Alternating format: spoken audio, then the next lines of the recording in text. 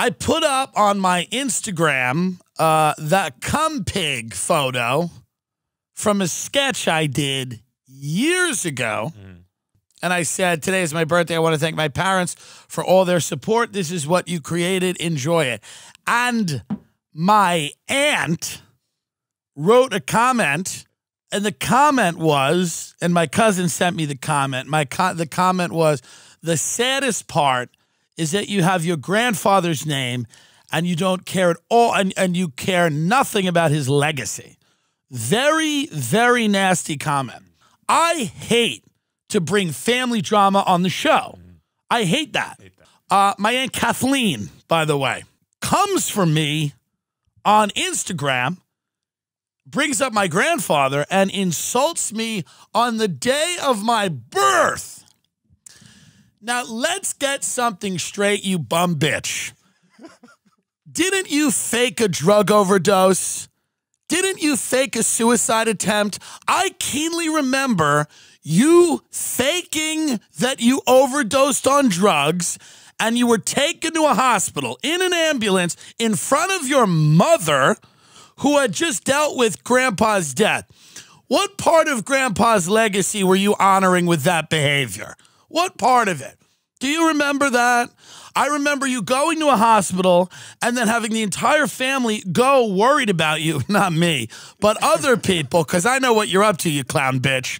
They went to the hospital and said, what drugs is she on, doctor? And the doctor goes, there are no drugs in her system. She literally pretended to be unconscious, so then an ambulance went to the home, put her in it, and drove her to the hospital, scaring her mother half to death. Grandpa's legacy. Okay, what part of Grandpa's legacy were you thinking about when you took his money for law school and then never practiced law and were fired multiple times by multiple law firms all over Long Island because you're mentally ill? Forcing your father to set up a pretend law office for you in your basement that you pretend to be a lawyer in.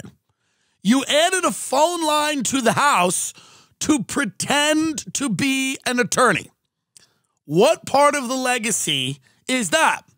What part of the legacy is borrowing money from your more successful brothers and sisters and not paying any of it back while you sit around the house doing Percocet and drinking white wine?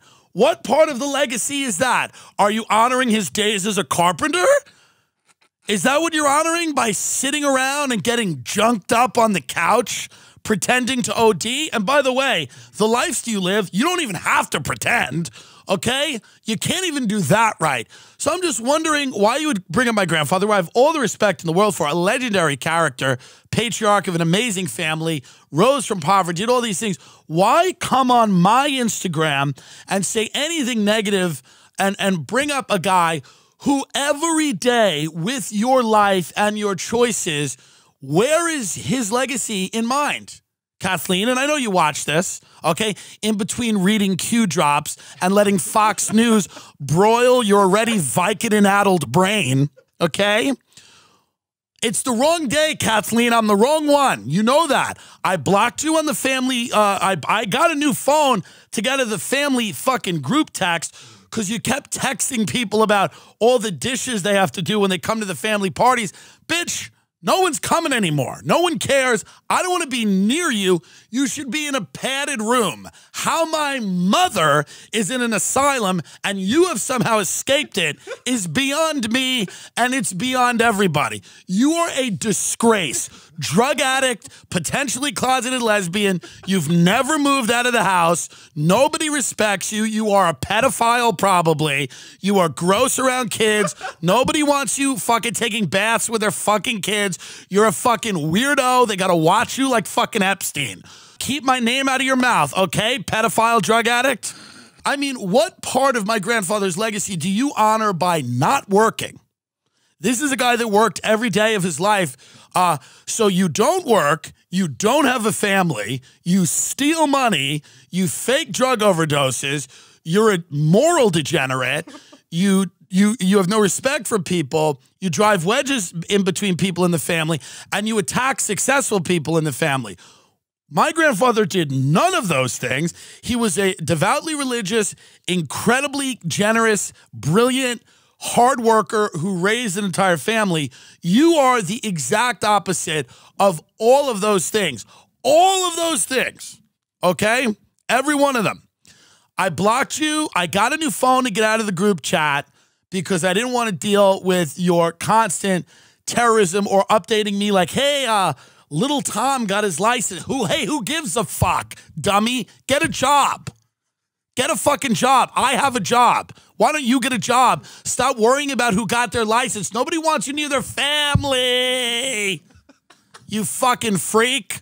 Where's your man, bitch? Where's your woman? Where's anything? And by the way, fuck my fam. And I like some of them. But, and then my aunt goes like this. She goes like this. She goes,